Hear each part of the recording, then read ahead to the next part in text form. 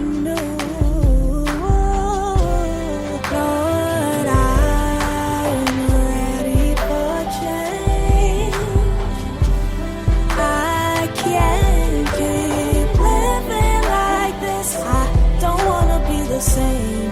Lord, I'm ready for change. From the inside out, I don't wanna be the same. Welcome to Ready for Change. I am your host, Simmone L. Bowe. Don't you love that song, Ready for Change? It was written by one of my spiritual daughters. Her name is Kazna Hines. She is a young and up-and-coming recording artist from the Bahamas, and she's a wonderful songwriter and vocalist. And so when she wrote that song, I was like, oh, I have to use that for the show. It's amazing how messages align and we can all come together and support each other. And that's what we're all about. We're all about change. We're all about moving forward together and making better people and better institutions in our societies and better communities, better countries, better places to live and to exist and to flourish as the divine beings that we are. And so I am so, I don't know, I am wound up about this show tonight because it is with someone that I've known for such a long time. And we met many, many years ago. We went to the same university way back in the late 80s, early 90s. And I really never saw him again, never talked to him again until it had to have been late last year or early this year. And it's so amazing how paths cross and you can see how lives become intertwined and purposes become intertwined and just the journey that life takes us. And so I never take any interaction with a person lightly or any meeting with any person lightly because you just never know how it's going to all pan out or how you're going to need each other in the future. And so we are continuing with the Good Man campaign. We have 5 key interviews that we're doing with the campaign on the radio portion. And then we're moving through to other things that we're going to look forward to seeing in the future, doing a lot on social media. And I'm just so excited about it because I believe it's going to spark a conversation and it's going to spark change in how we relate to each other as men and women and how we see our men around us. We have great men in our lives, in our communities. Not perfect men. And that's not something that I'm trying to promote, that, you know, these men have it all together, they're perfect, and they don't have any problems, or they never made any mistakes. Listen, all of us have made mistakes in our lives. All of us, including me. But the point of the matter is that how do you grow? How do you learn from your mistakes? How do you pay it forward? How do you share your lessons? How do you make an impact in the lives of others because of what you've been through, because of who you are, because of the growth that you've achieved in your life? And so right after this commercial break, I'm going to come back and introduce our guest for tonight. And we're going to be talking about raising a good man. Raising a good man. We're really going to be focusing on parenting and the impact that it has on this good man phenomenon that we're talking about. We'll be right back after this commercial break. This message is from the desk of Tamika Melton, the teen self-esteem strategist and the founder of Rising Above Expectations Youth Services Incorporated, commonly known as RAY. Rising Above Expectations Youth Services Incorporated is a mentoring and leadership organization serving youth 8 to 18 from diverse backgrounds with an urgent focus on middle school and high school girls. Our foundation is built on integrity, purpose, perseverance, and love. We teach youth to live life rising above expectations through self-esteem building, healthy relationship education, self-harm prevention education, and anti-bullying prevention and intervention services. In order to continue our mission, we need your help. Rising Above Expectations Youth Services Incorporated is searching for sponsors, volunteers, and partnerships to build stronger communities through the youth and families we serve. Please contact us directly at 202-421-1945 or email us at info@raeyouth.org. And please take a moment to visit our website at www.risingaboveexpectations.org. And in the meantime, I'll ask you to live life rising above expectations.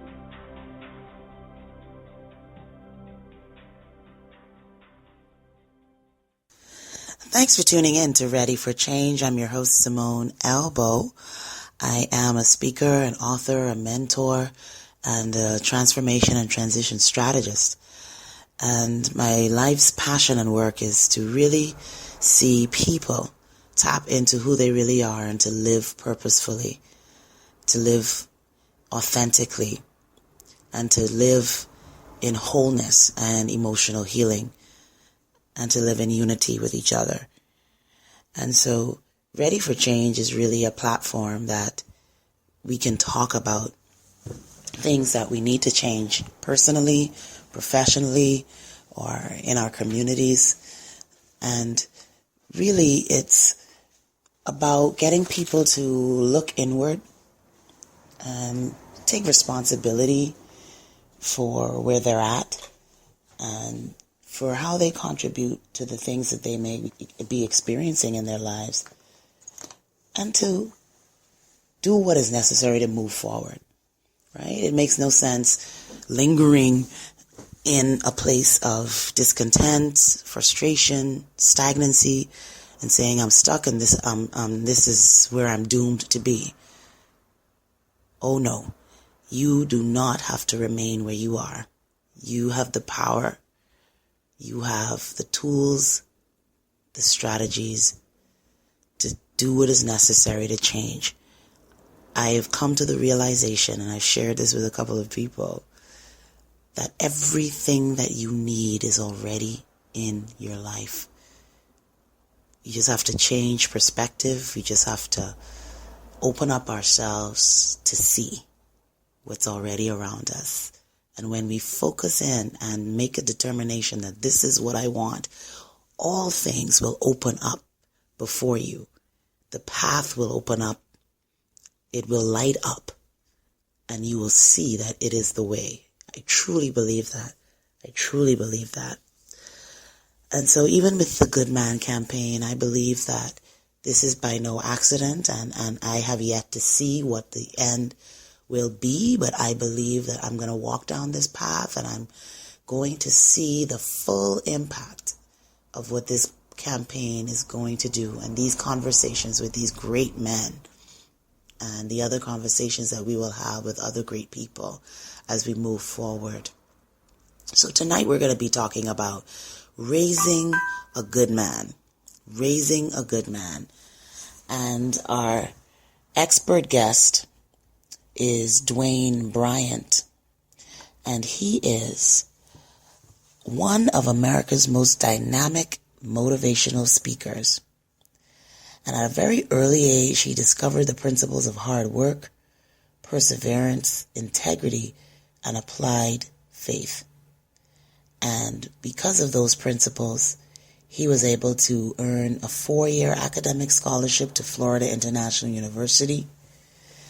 And when he graduated, he started a sales career with Johnson & Johnson and other entities in corporate America. And soon enough, his calling wooed him out of corporate America. And inspired him to incorporate InnerVision International, Incorporated. InnerVision's mission is to motivate, educate, and inspire individuals to achieve their maximum potential in both their personal lives and the communities in which they live. And so Dwayne embarked on his life's purpose to motivate youth. Along with his team of experienced educational consultants, he designed and implemented the Vision, which is a highly effective 27-week life management skills, character education curricula for various Chicagoland public school systems. And as a result, it has proven the direct link between increasing a student's self-esteem and his or her academic achievement. And so InnerVision has partnered with various public school systems in order to improve test scores, attendance, and enhance the overall school climate. Dwayne is also a prolific host and keynote speaker for a number of teen summits, webcasts, parenting conferences, and other high-profile special events in Chicago and in other cities across America, and even here in the Bahamas. And so we are really honored to have Dwayne as a part of Ready for Change.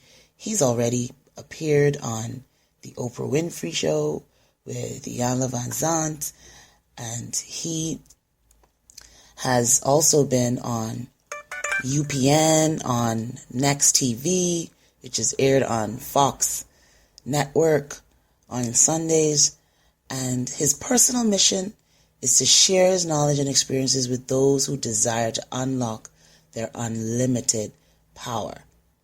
He's confident that his faith in God, his consistent, demonstrated results, and his sincere desire to inspire others will ensure success for himself and the future ventures of InnerVision International Incorporated. So Dwayne Bryant will be joining us tonight, good people, talking about raising a good man. Parenting skills. What's the impact of parenting on how the quality of the young people that we see in our communities today? And as I was preparing for this, it reminds you of that African proverb that it takes a village to raise a child. And one of the things that some of us have recognized in the Bahamas is that we've lost that sense of community.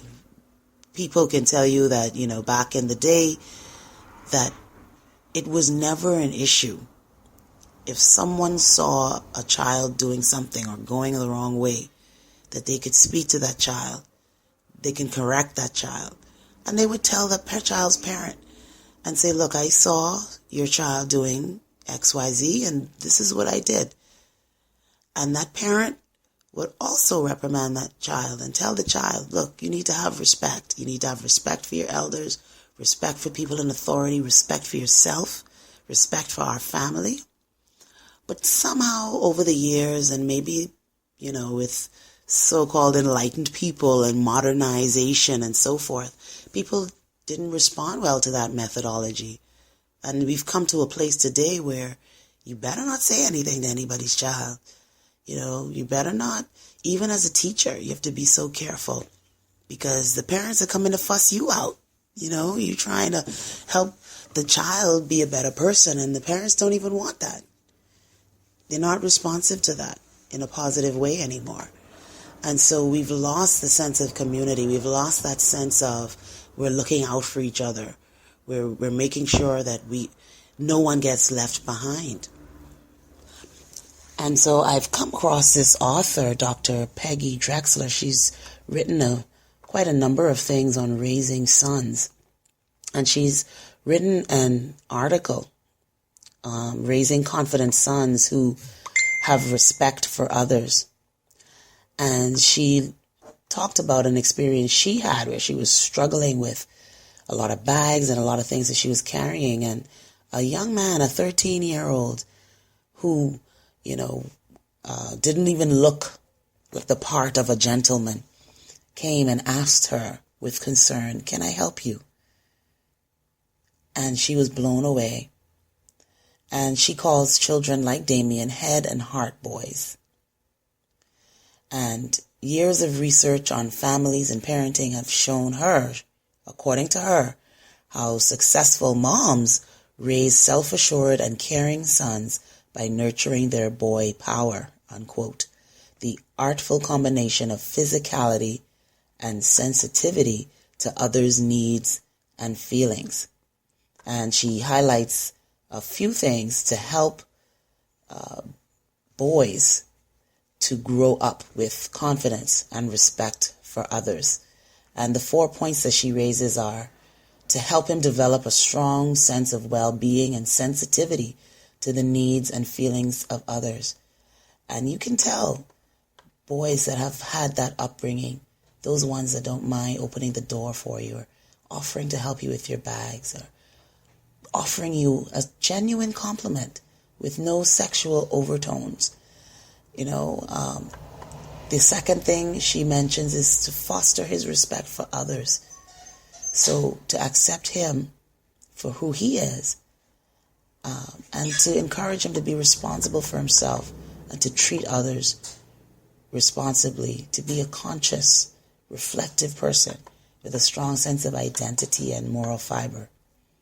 Her third point is to help him find a variety of good role models, both men and women, starting with yourself and finding those other people like tutors and teachers and babysitters and coaches and other people who are respectable, who are trustworthy, and who can give them the models for manhood that they need and how to interact with people. And the final point is to stay connected. He will learn the value of intimacy and close relationships that will help him succeed with a future partner or wife when he can be close with you, when he can foster a deep emotional connection between him and his mom without taking away from his manhood, but helping him to understand how women think and how women ought to be treated and how he ought to be treated, how he can respect himself, how he can communicate, how he can show affection, and how he can connect even intellectually, emotionally, physically, in a healthy, strong way. And so right after the break, we're going to come right back and jump into this conversation with our expert guest, motivational speaker, youth advocate, founder and principal of Inner Vision International, Dwayne Bryant. We'll be right back. To all of my female entrepreneurs, it's time to expand your region and business profits. Are you networking in the same locale and viewing the same guest list over and over? Do you find your colleagues are referring new business and its clients that you already have in your portfolio? Are you industry stagnant? And are your social groups and events filled with the same people? If you answer yes to just one of these questions, it's time to expand internationally. You are cordially invited to petition for attendance to an all-female, exclusive, and private event featuring the Power of 52 Women, the East Coast International Business Symposium, hosted by rockstar entrepreneur and international business consultant Erica A. Murray and multimedia distributor and expert Letitia M.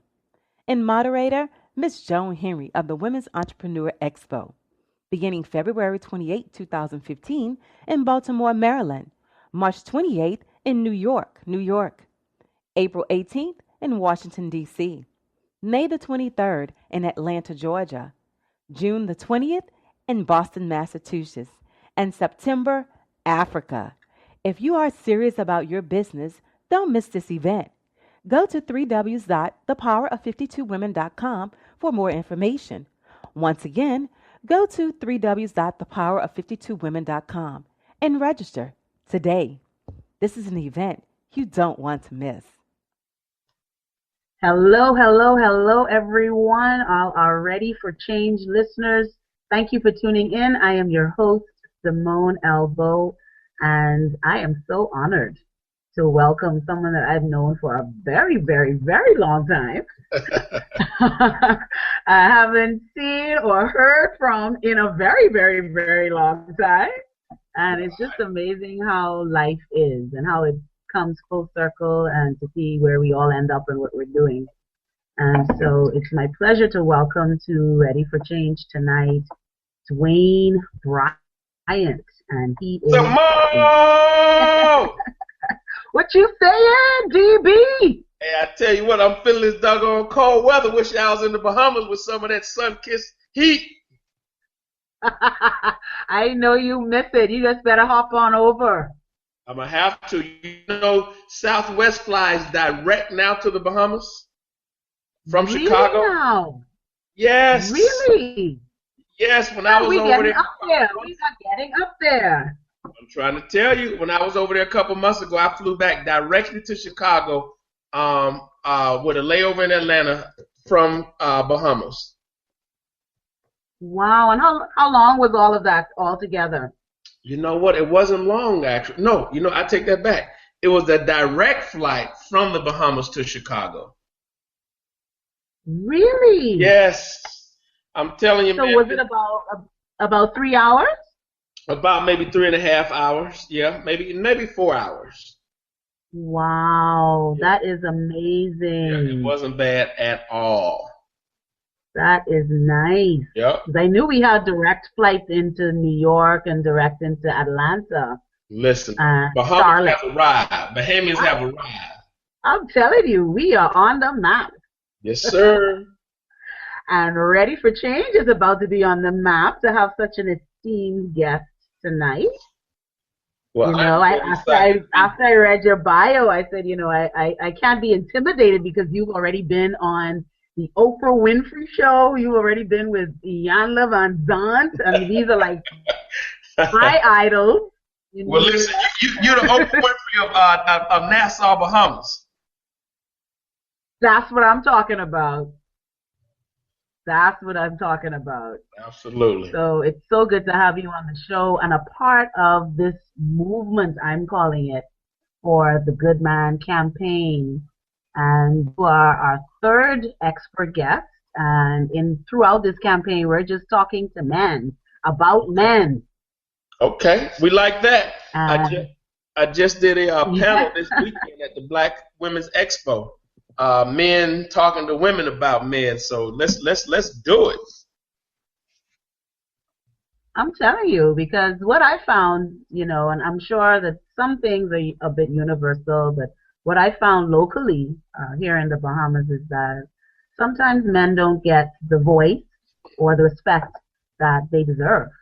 Right. And women, we need to strike a balance between the genders, between men and women. And we need to move away from this mindset that all men are dogs and that all women are whatever we call them, and move to a place of understanding and a place of respect and mutual support. Correct. Because I believe that the future of humanity is really hanging in the balance if we don't do this. I totally agree with that, and I also make it a little bit more specific. The future of black love is hanging in the balance because it seems like the black man and the black woman, I don't know if it's that way in the Bahamas, but here in America, it's like we've lost a lot of respect for each other. Just the same level of respect that we had just 40 years ago in the 60s when we were marching together, working together, solving problems together, raising children together. It's like, in some respects, we despise each other. We don't trust each other. We don't have that level of love for each other. So I think what you're talking about is right on time. Yes, I absolutely agree. And you're right. It is exactly the same here in the Bahamas. And I don't know where it's come from, but I do know that we need to, those of us who preach and teach transformation and empowerment and change, that we need to do what we need to do to see that turn around for the better. Absolutely. And so tonight our topic is on raising a good man. And I have to say that our previous topics, they're all can be a little controversial. Our first episode was on the challenges that men face, today's men. And the second one was the mistakes that men make. And so we're talking about raising a good man. And the conversation really comes out of my work with young people and just seeing the impact that parenting has had, or the lack thereof, has had on, in particular, our male children, but all of our children and young people, and talking to grown men and talking about the impact that parenting has had on them and their psyche and their view of, as you said, love and relationships and all that sort of thing. And so we want to get into that topic tonight. And I know that you have quite a story about your journey, not just with your career, but in what you're actually doing now, which you're probably going to say is your calling. So tell us a little bit about your work and the background that we'll be talking from tonight. Sure, absolutely. Well, my work, my passion is the young people. I did not realize that God was setting me up for a very long time.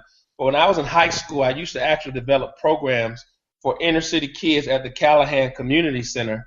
And when I was in college at FIU, I spent a lot of time volunteering time in public schools in Miami, Florida, talking to students about getting into college.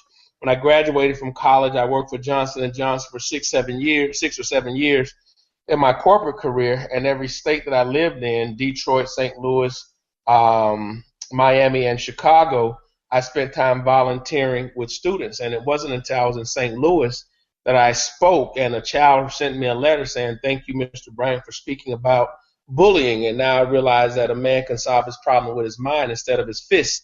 And I literally sat at my desk and I was very emotional about that letter because I was a bully growing up. And then I had an opportunity to mentor personally a young man in St. Louis, and I literally saw him go from a 1.5 GPA, selling drugs in a gang, to graduating from college, to studying at Oxford, to being a very intelligent, responsible citizen. So I knew that mentoring worked with the right person with the right message at the right time. So basically, I just asked God one day, reveal my purpose, and He did, and then He allowed it to manifest. Wow. And so what has it become? So it has become, I've incorporated Inner Vision International in 1997. I've had well over about 35 employees working with me. We've mentored well over about 15, maybe 17,000 students. We've touched over about 10,000 parents, and that's on a direct level, not to mention internet, not to mention, DVDs and things of that nature. Right. We've helped school districts increase ISAT test scores over 35%, reduce suspensions 70%, quadruple parental involvement. So now what we're doing is we're focusing on our probably greatest asset, which is our curriculum.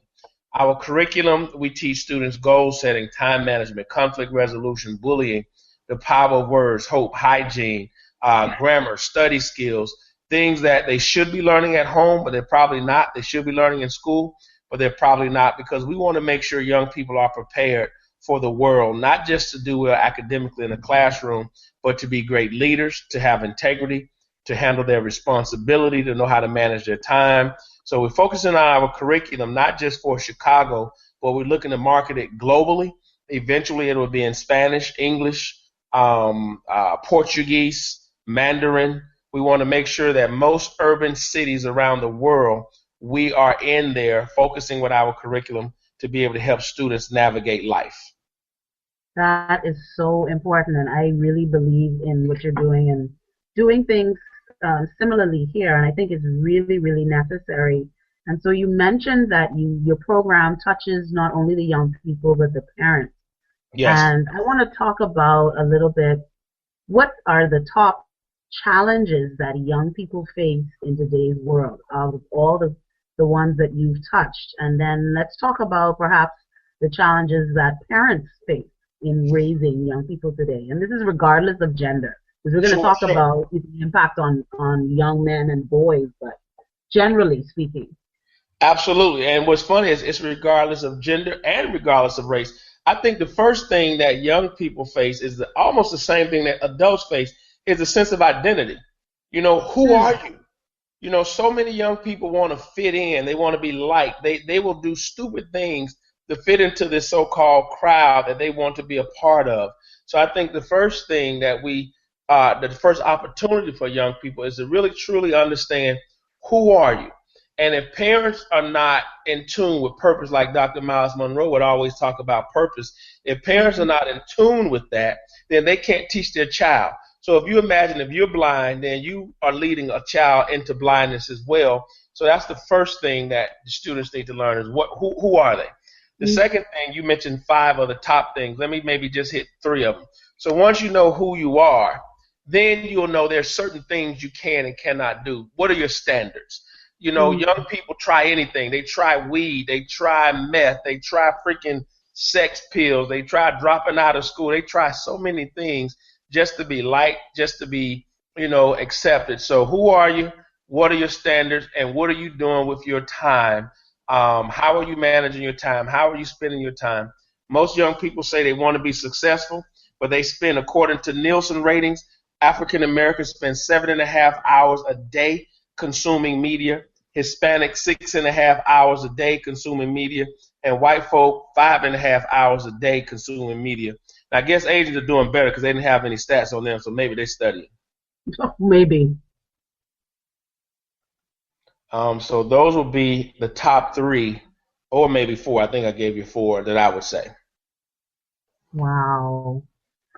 So what do you think now, narrowing that down to the male youth? What do you think are their particular challenges? Well, definitely purpose. We got to start there with them. But the male youth need to know what is a man. Just because you have a penis, a willy, a ding-a-ling in the middle of your legs does not make you a man no matter what age you are. So unfortunately, a lot of our boys have grown men who are really grown boys who are still not men, trying to tell these young boys what a man is, and they haven't even mastered it yet either. So the biggest challenge with the young people is really identifying with what real manhood is all about. And who do you think should be the ones to help them navigate manhood? Well, here's the deal. Who should be the one should be their daddy. But the fact of the matter is, if we just look at the statistics and the facts, most of their fathers are not, you're going to have me to piss some people off right here, but most of their fathers are not even worthy enough to call themselves men if we really look at what is a man. A man, handling his responsibility, a man walking in integrity, a man cherishing, loving, and respecting his woman, a man who would, give his life for family and community, a man who would put, the community or at least some level of integrity before making money. So a lot of our young people, they don't see that.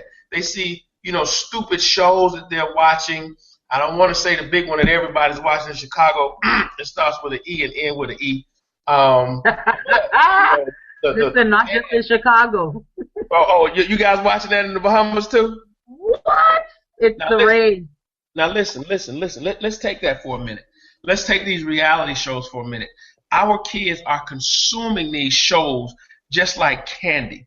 And on all of these shows, the majority of these shows, you see very few real men, not males, real men engaging in manly type activities, handling their business, handling their responsibilities, handling their families, and if they don't have a family, then at least being socially conscious to help develop and build their community. So young boys don't see that. They see people who want to rap, who want to play football, basketball, throw a ball in some kind of hoop or whatever it is, and they're not really understanding that a man and success is basic things that you do every single day. It's not about blowing up and becoming this. It's what you do every single day. The consistency, the habits that you develop, the character that you develop, so that you can sustain that for the rest of your life. Yeah. And what I find that's so intriguing is that not only are the young people watching these shows, but you have also the adult population watching these same shows. Yeah. How do you think that it's impacting now if the young boys aren't seeing these examples or they're seeing these models out there, and the adults are also seeing it, consuming it, and enjoying it? How Absolutely. Is that now impacting? Okay, I'm gonna tell you exactly how it's impacting. Now, let me quantify this. I saw a portion of 2 episodes of the EE show, and I saw for every bit of 7 to 8 minutes. So the last one I saw, there was this woman who I guess they were arguing. One woman liked the guy, was his wife. The other woman was I guess, a girlfriend. I don't know what it was. I didn't watch it long enough to know. But they got into a fight. And at the pool table, the woman grabbed the woman, slammed her on the pool table, and they just went at it. I think they broke up for a second and they went at it again. Well, here's what's amazing. My girls watched that show with their mamas. When the mamas saw the fight, the mamas got excited. Beat that! Ooh, I almost said something on your radio program. Beat that! Beat! So that's a BA, for the beat. And what? I mean, the mamas up, they slapping their hand. I'm asking the kids, well, what were your mamas doing? And so guess what? Parents tell their kids, now I don't want you fighting. I don't want you going to school being a problem. But yet when you see this fight on TV, you get so emotionally charged, you really physiologically, you ready to fight somebody. Your daughter sees that, so you're literally training her that this is really okay and an appropriate response. So same thing, so you got that foolishness, and then you got the other foolishness where, it's just so many issues in that show and so many issues that the young people watch, that the parents watch it with them. It's like a full condoning. They condone the behavior when they watch that foolishness. But what's amazing is they won't watch CNN. They won't watch the Discovery Channel with their child.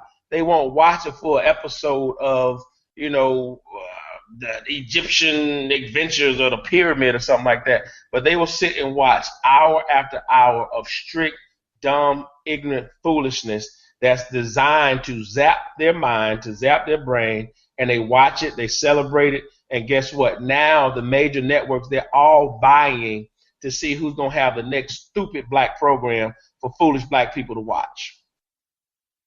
Isn't that something? And so now we talk about the upbringing and the environment.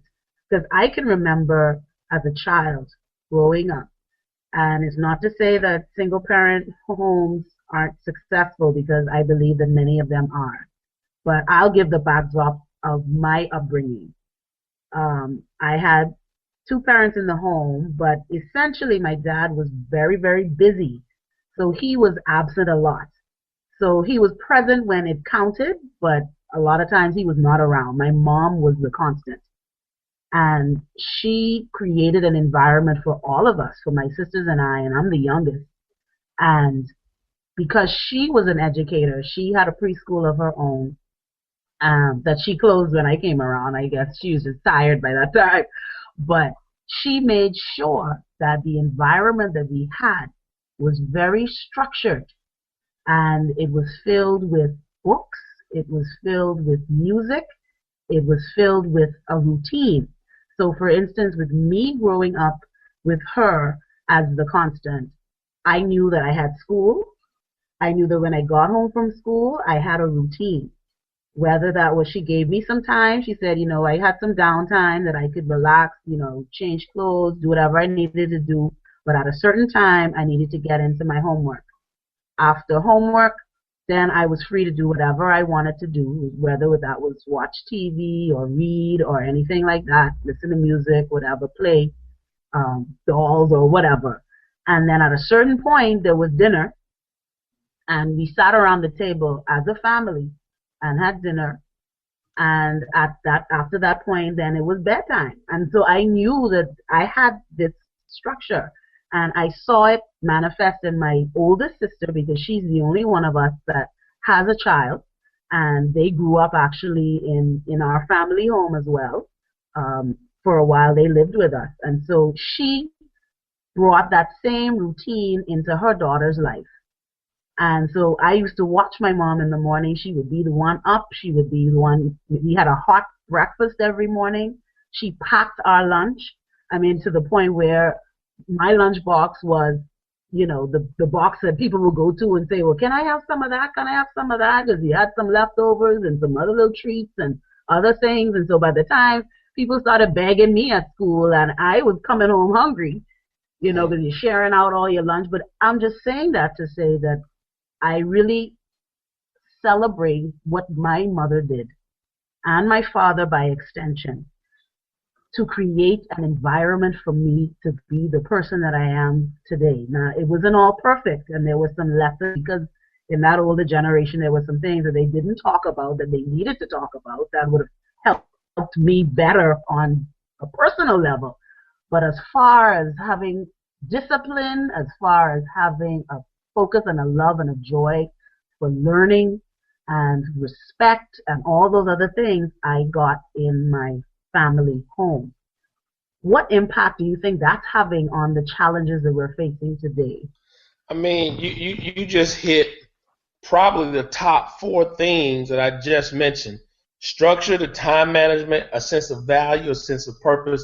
All of that was still into you from an early age. So even though now that you're an adult, and I assume that you no longer live with your parents, but you've been provided a solid and a steady foundation that you can grow and continue to develop from that. That's serious. Again, just 30, 40 years ago, almost 75% or 80% of the black men were in the home. Now, less than 25 to 30% of the black men are in the home, meaning fathers. So when kids do not have that structure, when kids do not have, parents, and you don't necessarily have to have two parents in the house. One good parent who love you, who care about you, that can get you well on your way from experience. Two parents who love you and care about you, hey, that's probably even better. Two parents where it's always chaos and drama, that's probably worse than one parent who care about you and who will get you on your way. So I think having that structure, having that, quality, stable parent home life is very important as far as helping young people to navigate life, having someone to talk to, because now so many parents are just so busy. They have so much to do, and believe it or not, parents are just as much on social media as their children are, so they don't have time. You can go to a restaurant and see a family together, and it's 5 people at the table and 4 people are on the telephone. No one's talking. Isn't that hysterical? Yeah, no one's even talking to each other. So I think that family unit, that family structure is crucial. Young people don't even know how to socialize anymore. Boys don't even know how to talk to girls anymore because everything is so virtual that the human contact, that human interaction that's so valuable and vital is seriously missing. Exactly. And so I want to talk a little bit because you're right in the balance that you're bringing that, you can have two parents in the home that can be a very dysfunctional home. And I've seen that, so having two parents in the home is no guarantee of parenting success. No guarantee at all. But what has been the impact, do you think, of the single female parent on the male child from your experience? Okay, first of all, let me say thank God for the female. Thank God for the single female who chose to keep her family together, who chose not to abandon her child when the man may have left her and her child. Thank God for her strength, for her wisdom, for her tenacity, for her perseverance, for her willingness to stay and maintain the family structure as best as she could. That's the first thing I want to say. Because if the man had done his job and upheld his responsibility, then the woman would not have to come outside of her natural role to do his job and her job, to be overburdened and to not, quote unquote, get it completely right. So I believe that many women are doing the best that they can, but they don't have all of the tools to raise strong, intelligent, successful boys into men. I would say women who are single parents, they have to try to get the help they need, but they have to be so careful because now there's so many predators out, so many grown men who are touching boys in wrong ways, who are molesting kids and girls, and grown women too, for that matter, who are just trying to turn them out, that the kid can't even focus on being a child and keeping it innocent. So to answer your question, I think that, one, I was raised by a single parent mom with 6 children, and she did the best she could. She worked hard. She worked 2, sometimes 3 jobs, just to make sure that we had what we needed. But in all honesty, she wasn't enough to teach us manhood. There were other men. One of the gentlemen that she dated, they never married, but he taught us the skills and the value of literally hard work. He owned multiple properties, so we had to cut yards, we had to fix plumbing, we had to repair roofs, we had to do so much that if he wasn't there, I couldn't imagine the skills that I still have today that I would have those tools. So I see a lot of boys now, a lot of boys that just they're so not used to men around that when a man does come around, either they get intimidated, they get defensive, they don't have that level of respect because they disrespect their black daddy. So any other black male that comes around, they automatically have a predisposition against him because it's like, well, you ain't gonna tell me what to do. I also see that playing out with women because I don't date men, I date women. And the women that I've seen, the ones who have daddy issues, it is very clear. It is very evident in their behavior, their inability to trust, their inability for nurturing, their inability to fully, just open up in a kind, loving way, because it's like that first love that they should have had with their daddy, they didn't have it, and now it manifests in their relationship. So daddy not being home doesn't only affect the boy, it affects the girl, it affects the mother, it affects the whole family structure. Oh, I am a firm believer of that it affects all. The little girls need their dads and little boys need their dads. They have different needs, but they need them. They really, really do. And I'm intrigued to hear you say that because, and I don't want to stray off the topic too much, but I think that that's something important to talk about, your experience with dating women and not having a dad, and for that to be transparent to you. What does that actually look like? I know you talked about a lack of trust and being able to open up, but could you delve a little deeper into that, please? Because I think that's going to help our female listeners as well. Yeah, delve a little bit deeper in which part? In the fact that how that plays out in a grown woman, the fact that their dad may not have been in their life. Absolutely. So let's just picture it. I like picture words. Imagine the first man that you're supposed to love and you're supposed to trust, and the first man that's supposed to tell you that you're beautiful and take you to a dance and take you on a date and take you to lunch and all these wonderful things wasn't there, and he never showed up. So he left you completely unprotected in this world to try to navigate men. So now you're growing up with boys telling you how pretty you are, and they're really after one thing.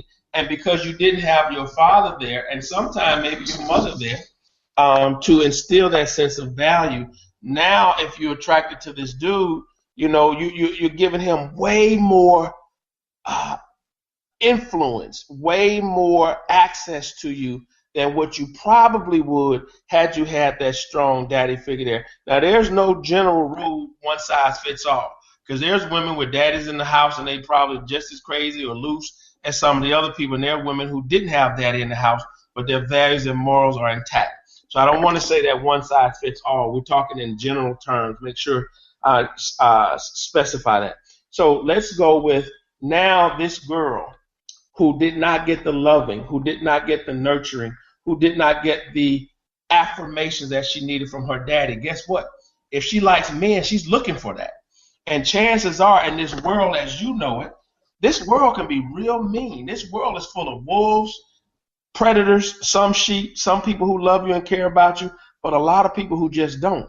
So here you are, you've been tossed and turned, you've been in multiple relationships with multiple guys, none of them worked. So now you go back to the origins of, I have not had the right kind of relationship with my dad, and you haven't had the right kind of relationship with a number of different guys that you've dated. So now you become a little bit mean, and here's the deal. The older you get, if you're still single with no man and maybe no children, the older you get, the madder you get. And people say that's a misnomer, the angry black female. That angry black female is a real thing, okay? I'm going to just tell you right now, it's real.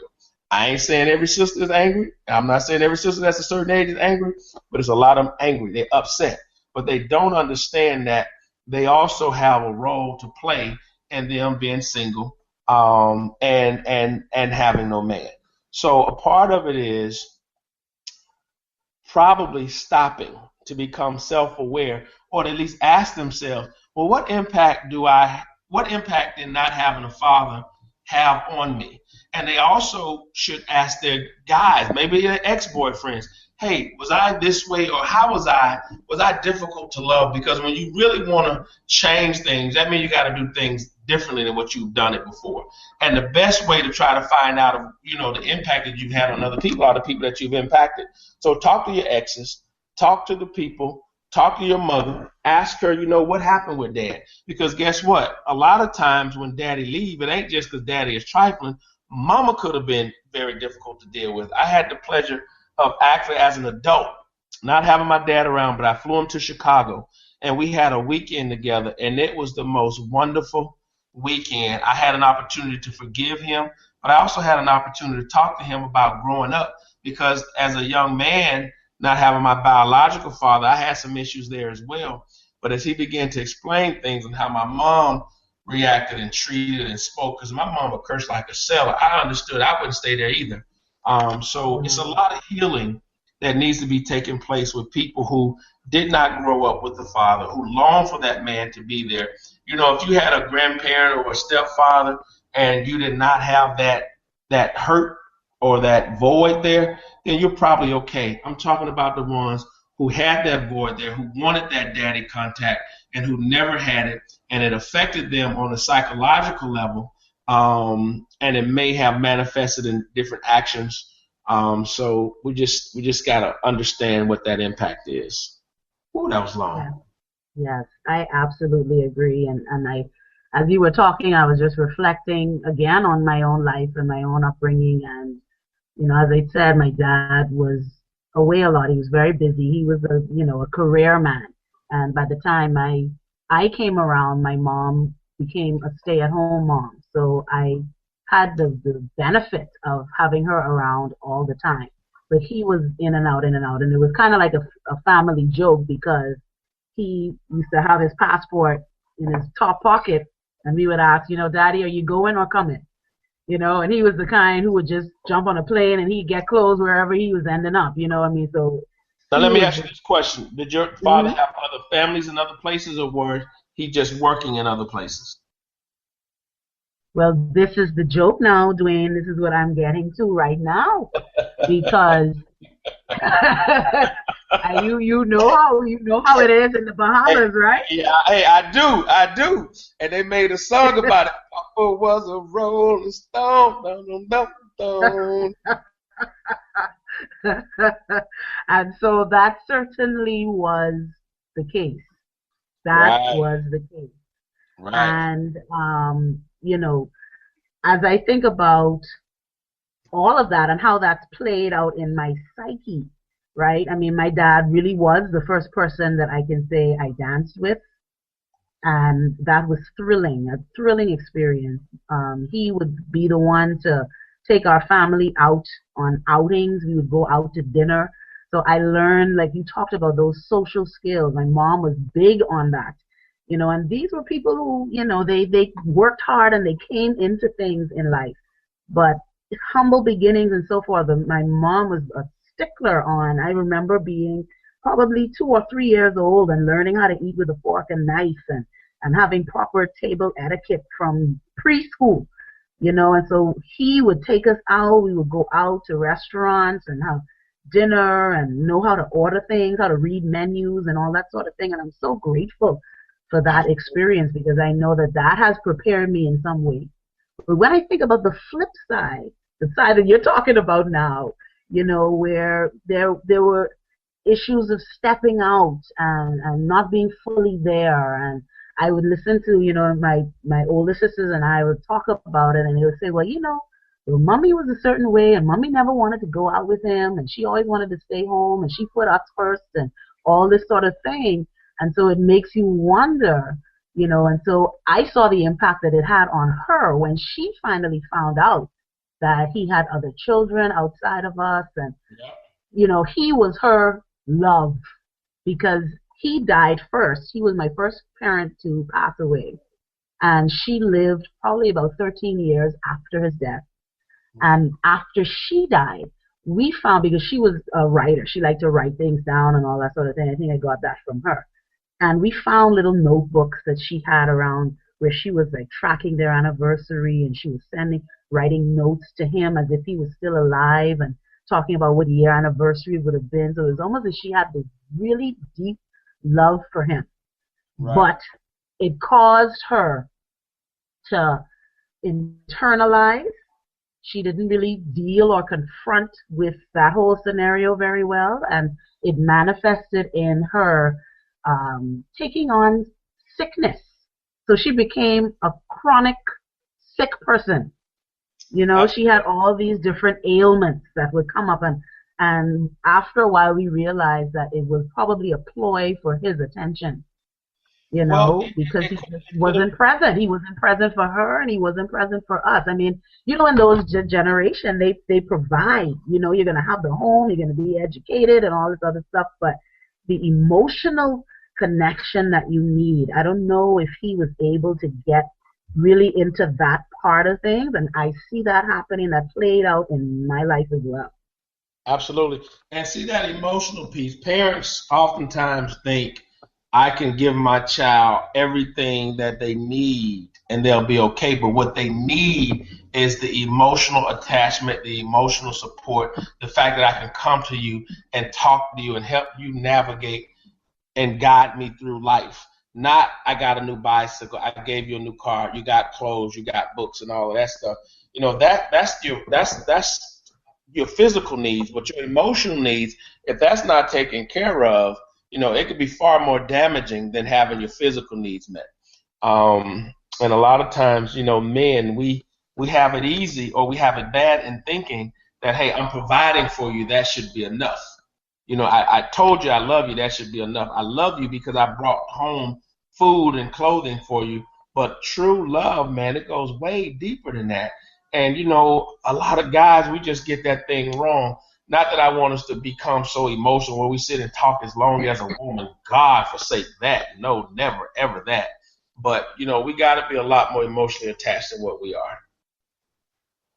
I agree. And, you know, so I remember my dad was actually the person to steer me into toward the career that I'm in now, as far as being involved so heavily in the hospitality industry and so forth. So we had that level of a conversation, and I'm grateful. But when it talked about, you know, when it relates to how to be a woman and to have relationships, you know, even as a teen girl, and setting steps for yourself, and what are the things that you accept, what are the things you accept, and writing actually my personal memoir now, and that's some of the stuff that's going to come out. I mean, it's just a real toxic wasteland that came out of not having those types of conversations, you know. Absolutely. And so I can totally relate to the things that you said about how that affects women. Yeah, every girl. So let's take a quick commercial break, and we will be right back on the other side of the break to continue this stimulating conversation with motivational speaker and youth advocate Dwayne Bryant on Ready for Change. I'm your host, Simmone L. Bowe. We'll be right back. Hey, Chef Jovi here of the Eatsperience Radio Show. Join me 10 a.m. every Thursday to explore recipes, best restaurants, and food spots in and around the country. I look forward to receiving your comments, so follow us on Spreaker.com to tune into the show. That's SPREAKER.com. And search MWHY Radio to join me every Thursday, 10 a.m. Eastern Standard Time for the Eatsperience Radio Show. And remember to share your Eatsperience. The Queen Esther Radio Show is live every Wednesday at 8 p.m. Eastern Standard Time. Join me, Jessica Taylor, and me, Jason Mosley, to be entertained by authors, artists, and spiritual leaders. We look forward to being a blessing in your life every Wednesday at 8 p.m. Eastern Standard Time. Only on the MWHY Radio Network.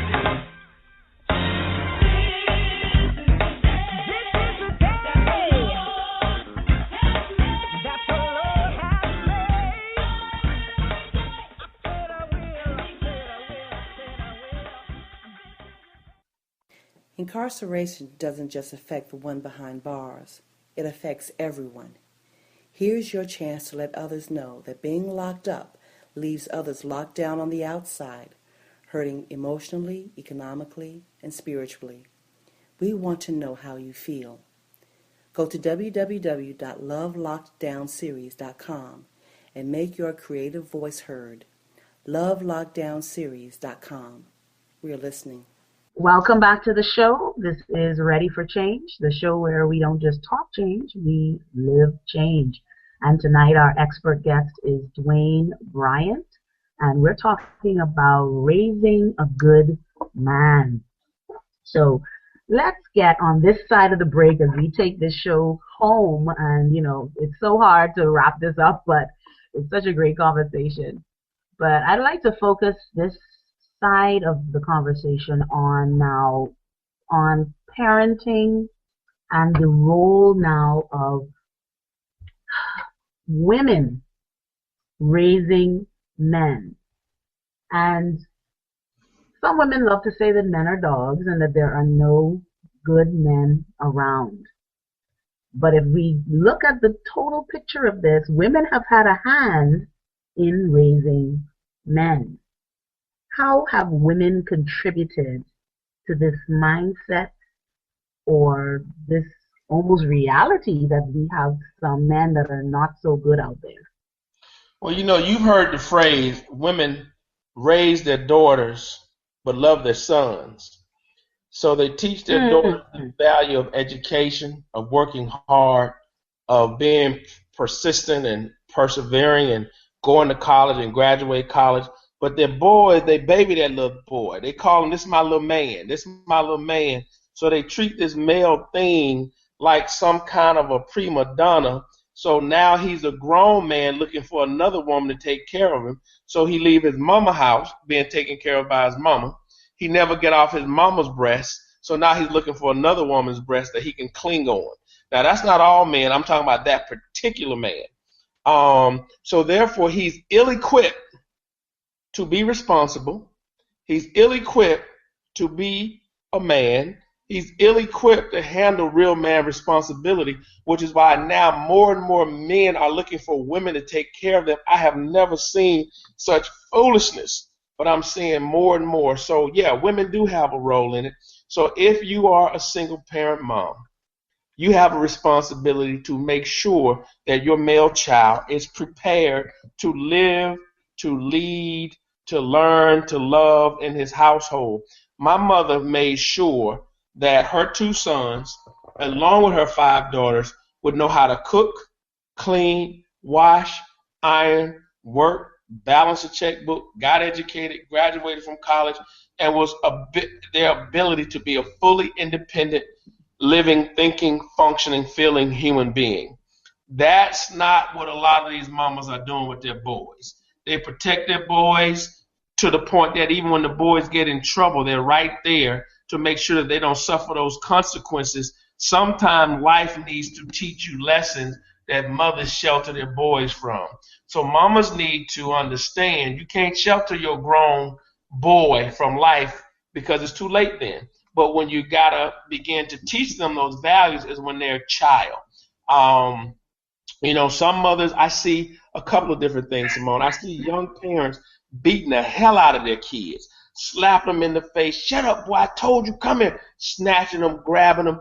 That is so terrible because what you're doing is you're making his soul angry. So eventually that boy is going to be a menace to society. Or you want to just love him and baby him so that he won't have any kind of level of responsibility. So mamas need to do better. They need to do a lot better.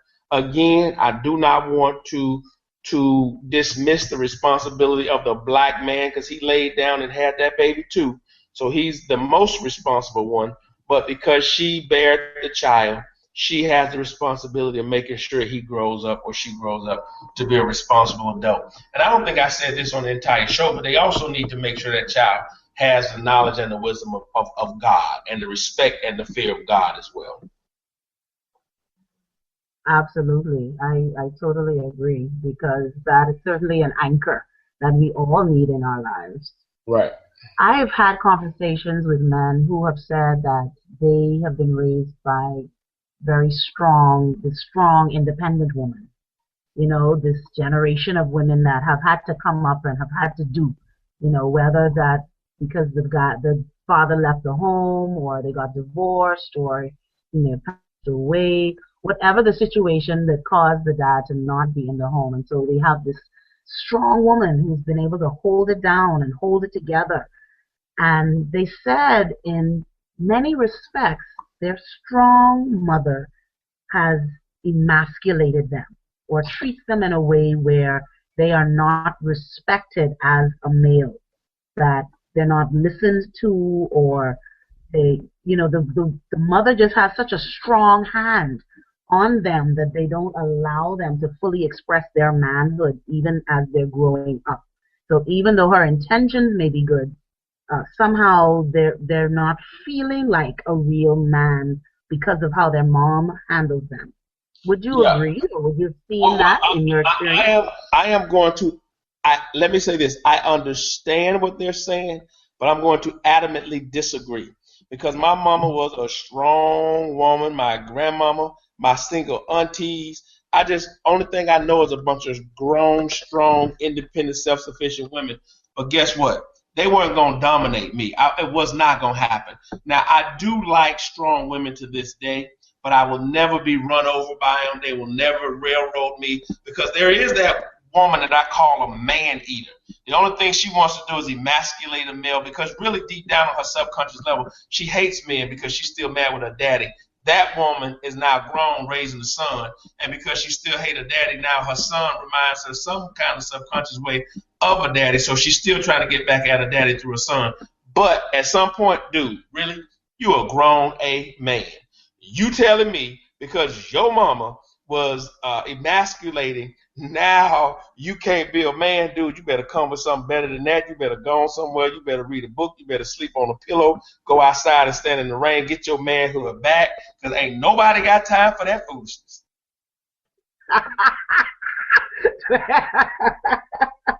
At some point, you got to man up, right? Look, man the up real quick, fast, in a hurry. Because this world don't care nothing about your mama raising you. And when you go meet another woman who's handling her business, you going to tell her, well, I'm really emasculated. Because my girl, you almost had me say nigga. And we can't use that on the radio. So, Negro, please. Oh, gosh. Yeah, but I mean, it really impacts some men, that they it reminds me of that movie Jumping the Broom. Remember that one? I listen, I believe it, but the brother better find his courage because my brother and I, we are not henpecked men, but we were raised by that same grown, strong, independent woman. So the man better find his courage, and if he can't find it himself, find some other men who are manly men. You guys got some strong brothers in the Bahamas. You got Jerome Fitzgerald. You got Lester Cox. You got Gaville McDonald. You guys got a lot of good, strong brothers over there that they can. You had Dr. Miles Monroe. What? So if you can't find a man, you better get some DVDs or go to YouTube and figure it out because we ain't gonna use that as no excuse. Because a weak man gonna raise a weak child. Absolutely, and we will have weak communities because men are involved in all aspects of nation building, and Absolutely. So we need for men to take their place. Absolutely. And sometimes it is for women to understand that look, yes, we've had to be strong, but we also need to learn. In one of the shows we call it the S word, that's submission. And really, it's not putting yourself underneath, but it is putting yourself in a position of understanding and support. That is what submission is all about. Yeah, absolutely. And, I was just thinking, that same guy, right, who's raised and dominated by that woman, he's going to find a dominating woman. Because, see, a domineering woman cannot really be with a strong man. She cannot coexist with a strong man because she's so used to dominating men. A guy like me, she will have a hard way coming and she won't want anything to do with me. So therefore, she has to find and prey on another weak-minded individual. So he just had better get some courage and some strength. Read the word, get a dog. talk to somebody, but man up. But you know, I mean, it's that, oh Lord, I mean, you could just go in so many different directions with that, but it is a serious, serious thing because you see that being played out in so many different ways, and it's feeding the dysfunction that we see in so many relationships. Yep, I believe it. I believe that. So now we talked a lot about the black male. When you think about you, and you referenced your statistics from other ethnic groups, do you think that the challenges are similar in those ethnic groups, or perhaps, especially in the U.S., you have more minority groups with majority group? I mean, what challenges do you see happening in other ethnicities? I think some of the challenges are there, but I think honestly the African American have its own unique challenges. Even African American compared to other black people. You and I went to FIU, Florida International University, together. That was my first time really being exposed to black people from the African diaspora. And I realized then, whoa, black Americans have some unique issues that Bahamians don't have, Jamaicans don't have, Africans don't have, Haitians don't have, because you guys were not subject to the same level and duration of the impact that slavery had on us in America. They took everything from us, our God, our land, our language. You guys were able to at least keep some level of your culture intact to the point that you were able to run your own society. So when your children grow up, they see the black prime minister, they see the black judge, they see the black doctor, they see the black dentist. Now they also see the black gangster and pimp as well, but at least they have something to balance that off of.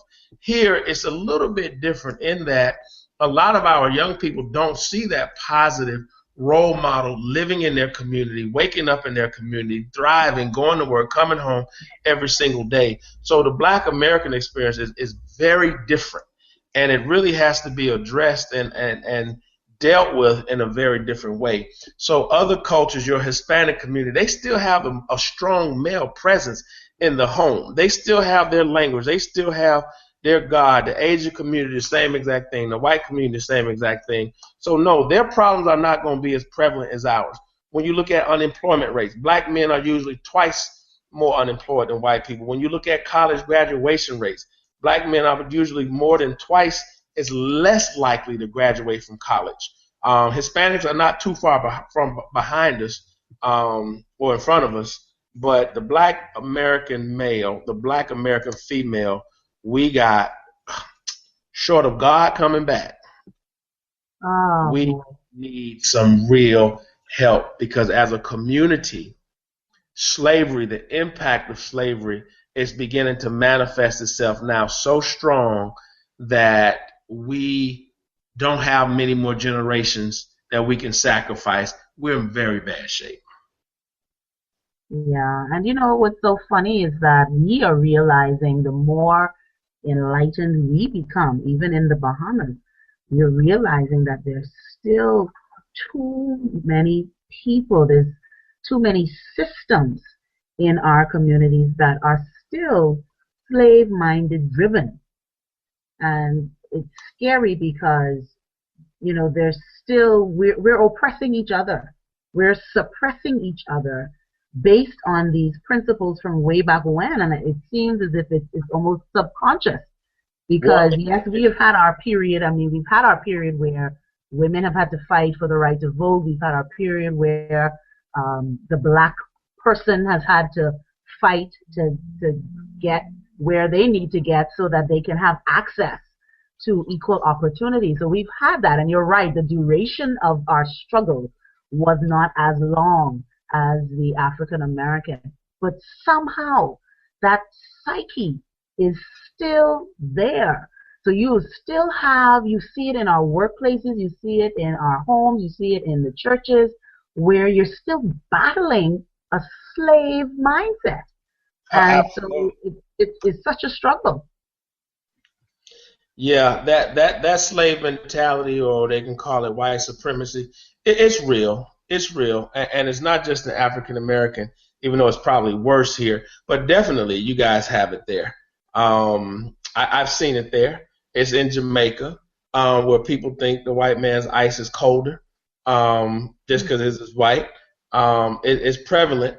But for those of us who are conscious and understanding of that, then, we got to fight against it. And it's so subconscious that, hey, I can see 3 or 4 black guys walking down the street, I tense up. I see 3 or 4 white guys walking down the street, I don't tense up. Why? Because I think if it's going to be some harm done, it may be the black guys inflicting the harm. Now, I ain't crazy. If I look at the stats and the fact and the statistics, well, I'm probably right. But it doesn't mean that every time you see a group of black guys, it's going to be trouble, it's going to be some harm. So we have been taught not to love each other, which means that we got to consciously unteach that foolishness that we have been taught. But it is difficult when the things that you want to unteach are happening every day.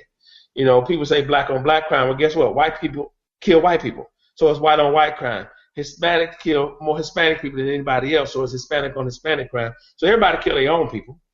But we only look at and study black problems as if we're the only people with problems. Exactly. And so when we talk about then the system, because, a lot of people like to reference the Willie Lynch syndrome and all this other stuff, but is there really a system designed to keep people down, or can we recognize that we have power to a great extent to shape our own destinies in spite of these challenges that we see? Is that something that's real? Is that something that we can teach? Well, ask me that question again. Is that something that we can teach? Is it real that people are empowered to shape their own destinies? Or is there really a system? People would say, well, the system is set, designed to keep the black man down, or designed to keep people down, or different groups. Women would say the same thing, that, we have the glass ceiling that we have to fight against, or whatever. Is that really true, or do we have what it takes within us to shape the realities that we need? Got it. I think, yes, it is true, but it's more true if you believe in it. I heard somebody say, it was so funny, a pastor said, the Haitians really believed in that voodoo, the vaudou, and they really got into it. And he said, let me ask you this question. Why didn't, if it was so powerful, why didn't they put it on the slave master and run him crazy and get him out of there, a lot quicker than he did? He said it didn't work on him because he didn't believe it. So some of our conditioning, and our limitation is because we believe in inferiority. We believe that the white man is God. We believe that, most things that are good and right may be white. So we believe and we subscribe to that level of foolishness, and we don't believe in the virtuousness of our own people and the beauty of our people and the hard work of our people. Most of our people don't even know our history, okay? We don't even know the Egyptians were built by black people. The first mathematicians, the first scientists, the first astrologers, the first written language were black people in Africa when Europe was in its dark ages. So we don't even know who we are. That's the first biggest problem. Okay, so once we understand who we are and know that the greatness that's in our DNA, then that foolishness that we're talking about right now would totally obliterate it. But if you don't know who you are, then you are destined to believe that these people are more powerful, these people are stronger. Honestly, my real heart is, I believe in the human race, that we should all be kind to one another regardless of color. But the fact of the matter is, one race of people subjected another race of people and benefited for 400 plus years. So therefore, there's more harm that has been done to that group of people. And probably more care needs to be done with that group of people to get them back on track. Because if we let them stay where they are, just that one group is not affected, but the whole community, the whole country, the whole nation is being affected by that one group that's behind. I agree. So I think part of it is mental. If you have mental shackles on, you don't need physical shackles on. But if you have physical shackles on, but you don't have mental shackles on, you better believe you will break those physical shackles if your mind is free. Absolutely. I totally agree. And there's a field that I am looking at now called positive psychology. And I don't know if you've looked at it in the course of your curriculum design, but it's something I think worth looking at. Is definitely something I'm going to be pursuing. But positive psychology is really talking about learned optimism.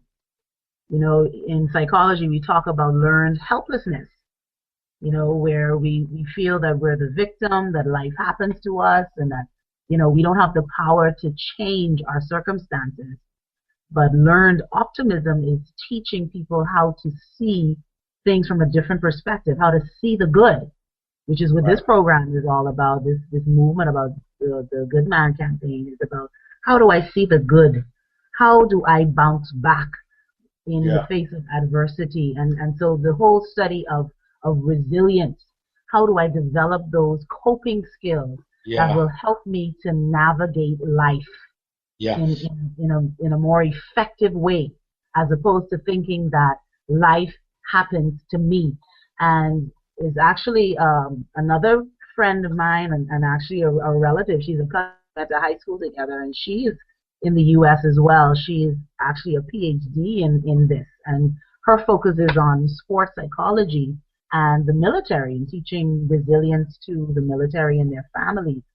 But the whole concept behind it, and when we had our interview together, you know, I said to her, I said, oh my gosh, we need this type of thing in our communities. It's not even just in these small groupings, but we need resilient communities. We need resilient institutions. We need resilient people in order for us to really navigate life in a better way.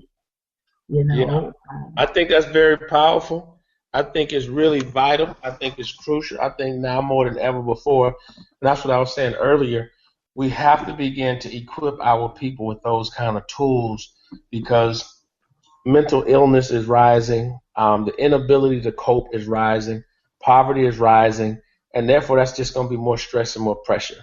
So the exact thing that you're talking about is going to be crucial for our people's survival. I really believe that.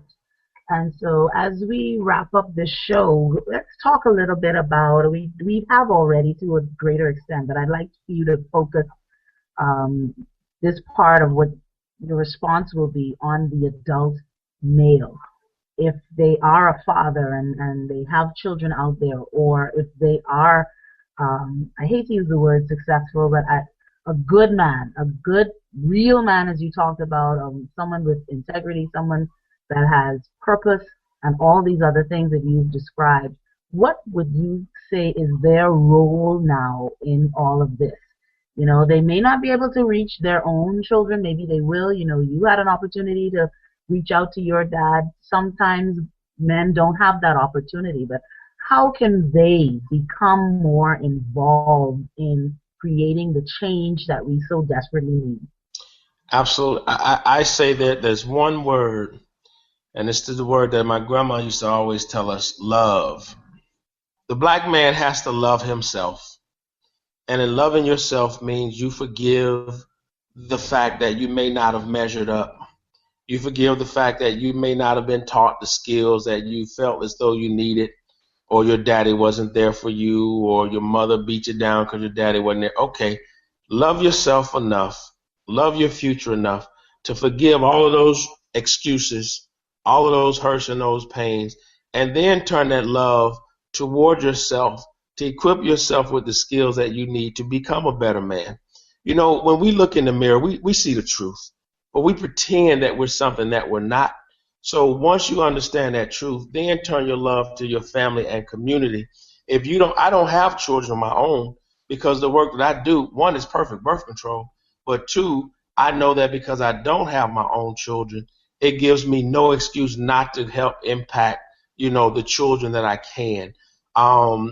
Be a good example, be a good human individual, a human being, so that even if you're not out there mentoring, but sometimes, you know, kids are watching us all the time. They're watching how you react. They're watching how you respond. They're watching how you speak to others. They're watching how you treat others. So I would just say to the black man, hey, man, be who you are. You are a direct image and reflection of Almighty God himself. You are the first man that walked the planet Earth. So the Spirit of God is in you. The power of God is in you.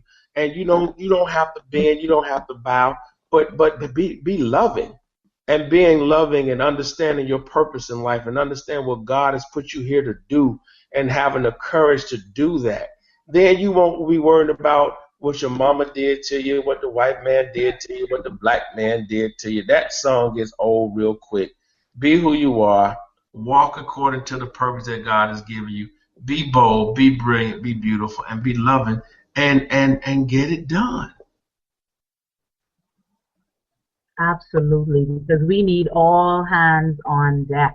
All hands on deck. We can't afford nobody tying their shoes. We need all hands on deck. Absolutely. So do you have any closing remarks, anything that's pressing that you want to share as we wrap up the show tonight? Yes, I want to say, Nassau, Bahamas, I love you. I've been coming to Nassau for 20 plus years, so I am an official honorary Bahamian. Jerome Fitzgerald, Dr. Willard Cox, the Character Education Initiative that they're about to enact in the Bahamas, call me, because I believe the Bahamas is ripe, the Bahamas is ready, the Bahamas is primed to make a significant difference in the lives of the youth. If the Bahamas wait another 5 or 10 years, the Bahamas is going to look just like America, and Black America, that is, and you don't want that. So now that your family is still somewhat intact, now that your economic system, your government is still intact, it is time to save the nation, to build the nation, and it starts with youth. I was on a radio program over there with Lester Cox, and everyone was talking about the future of Nassau. They were talking about banking. They were talking about hotels. They were talking about economics. They were talking about aviation. I asked the question. I said, no one said anything about the youth. If you don't build your youth, your whole country is going to be upside down. In 10 to 15 years, that's all you got. And you're going to see some major changes if you don't make major changes. So let's go, Bahamas. Amen to that. Trust me, that is so true. And the youth are our future. You know, sometimes I look at some people and I tell them, I say, you know, in training sessions or whatnot, I said, I have to trust my old age to you. You better get it together. Get it together. Listen, the youth are not the future. The youth are the present, because many of the youth are kind of outsmarting some of the grown folk. And their knowledge, the other thing. Knowledge and their ability. So the youth are the present. They are not the future. They're the present. You're right, because I was in a session with some young ladies, and trust me, these teenage girls, if I was as enlightened as they were at that age, my life would be completely different today. And so I was really impressed, at their level of focus, at their level of authenticity, at their ability to look at what's going on around them and to make sound judgment to say that, look, I am not going to model the things that I am seeing out there. I'm choosing to be different. I'm choosing to tap into my uniqueness.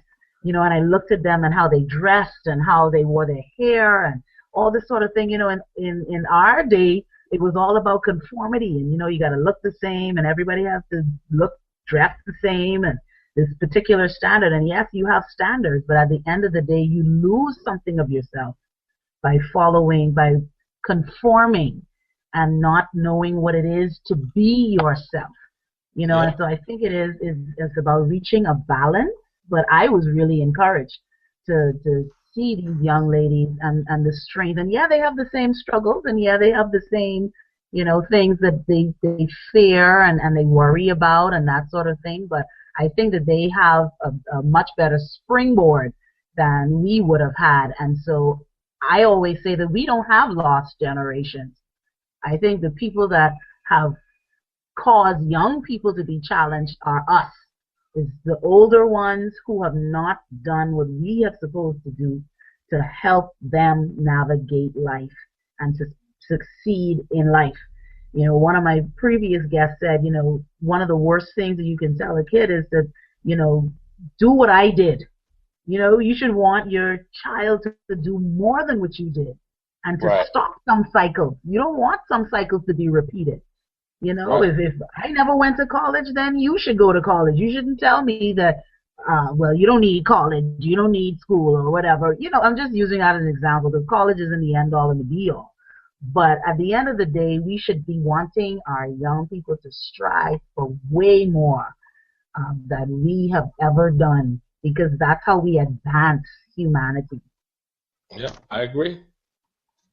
So I am looking forward to not only the Good Man campaign and your involvement in it, but I am looking forward to what you can bring to our country and as we continue to build our nation. And while people may look at it and think that we are in a crisis, and I think we are, I think crisis time is the time for opportunity. Absolutely. Yeah. Absolutely. That's when you get innovative. That's when you get hungry. That's when you create new ways of doing things. And that status quo is what's going to choke you out and kill you. Doing things the same old way, getting the same old results, but you got to do something different if you want to get something different. Absolutely right. And so chaos, in my view, precedes change. And if we want to be serious about changing things, we will look at chaos as an opportunity to grow, and like as you said, opportunity to innovate, an opportunity to do something different that you haven't done before, so we can break the cycle of insanity. Yes, Lord. Yes, Lord. Positive change. Yes, Lord. Positive change. Go get them, Simmone. I'm on it. I'm on the case. Okay, dope. So happy to have you on the team. Hey, thank you. And whatever I can do, of course, to help you, even in Chicago, wherever your road takes you, certainly feel free to call on me. Hey, I appreciate it. Thank you for considering me worthy enough for this opportunity. If I've offended anyone, I do apologize. I ask your guests and your audience to forgive me, because sometimes I speak raw, sometimes it's off the cuff, sometimes it's even I speak out of my mouth before my mind catch up to it. But I can definitely, if they understood my heart, they will know it's no offense meant to anybody. Except the people who trying to destroy our communities, then I do mean to offend you, and I don't apologize for that. Well, I can't wait until you come to Nassau and you meet some of the other contributors to this conversation, because they feel the same way, and they feel that, sometimes we have to use shock treatment to get the message out there and to get people to hold up the mirror and say, you know what, this is where it's at. Absolutely. I'm planning on coming over there anytime, either April or maybe May. That would be awesome, and we need to talk offline about that, because we really need to get you down here to do some stuff. Okay. Train for ready, baby. Train for ready. I'm trained for ready. Let's do it. Well, thank you so much again to our listeners. We have had expert guest Dwayne Bryant in the house, and trust me, this is a privilege to get him down to get 1 hour of his time. Hey, listen. I also want to say that I'm a Roots fan and a Valley fan for Junkanoo, baby. I still got my CD from 10 years ago. Oh, my goodness. Well, you redeemed yourself by saying you were a Valley fan, just being a little biased right up in here. But, Roots is good too, because Roots came out of Valley. So, you okay. You okay. I'm still in the good. Very good. Yeah, you're still in the good. All right. We'll give Saxons a pass on this one. Oh, yeah. No. This is not Saxon territory right up in here. No. But all my Saxon friends, I love you. Right. And all the groups are good. All right, love you. Love you too, and thank you so much again for being a part of this. And we'll be right back after this short commercial break. All right.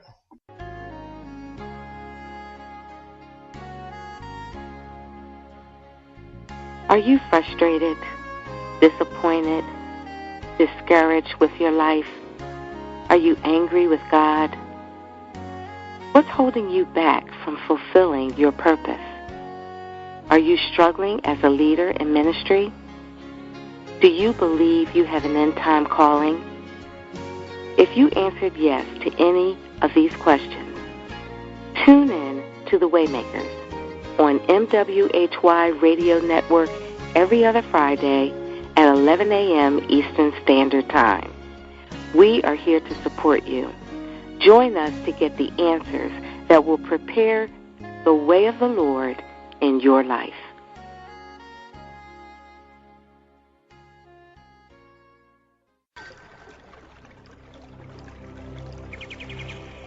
Hello, I'm Sherelle of Fit and Flow Yoga Radio. Wake up with me every Friday at 6 a.m. and have a wonderful yoga experience.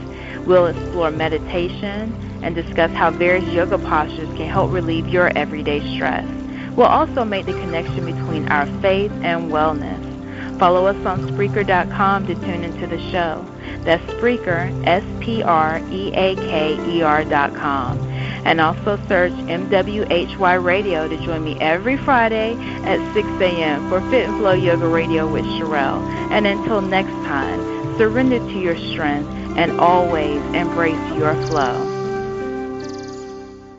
If you're the parent of a child with behavioral challenges that has been suspended, expelled, or just not able to make it in a traditional school setting, there is an alternative. Call the Metropolitan Day School today. Licensed and accredited grades K through 12. Call 804-321-2595. Financial assistance and after-school programs are available. Let's turn this school year around right now at the Metropolitan Day School, where Eagles soar. Call Ms. Thomas today. 804-321-2595.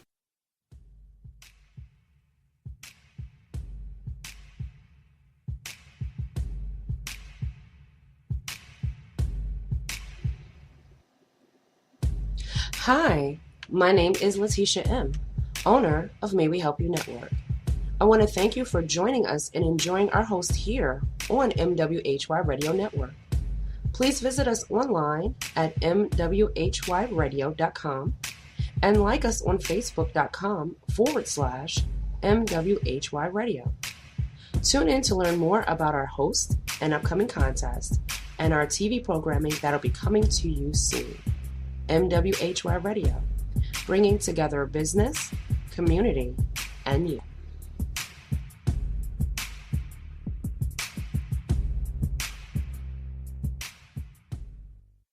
Thank you for tuning into the show tonight. I really enjoyed this conversation, and I am looking forward to the next one. I tell you, we have 2 more of our expert guests that are going to be talking about defining manhood and rethinking love and relationships. Oh my goodness, I'm telling you, it is going to be spectacular. So until the next time, thanks again. We certainly appreciate your support of this show, and we do hope that it's helping you to get ready for change and to embrace change. I'm your host, Simmone L. Bowe. Thank you for joining us on the show where we don't just talk change, but we live change. Ready for change. See you next time.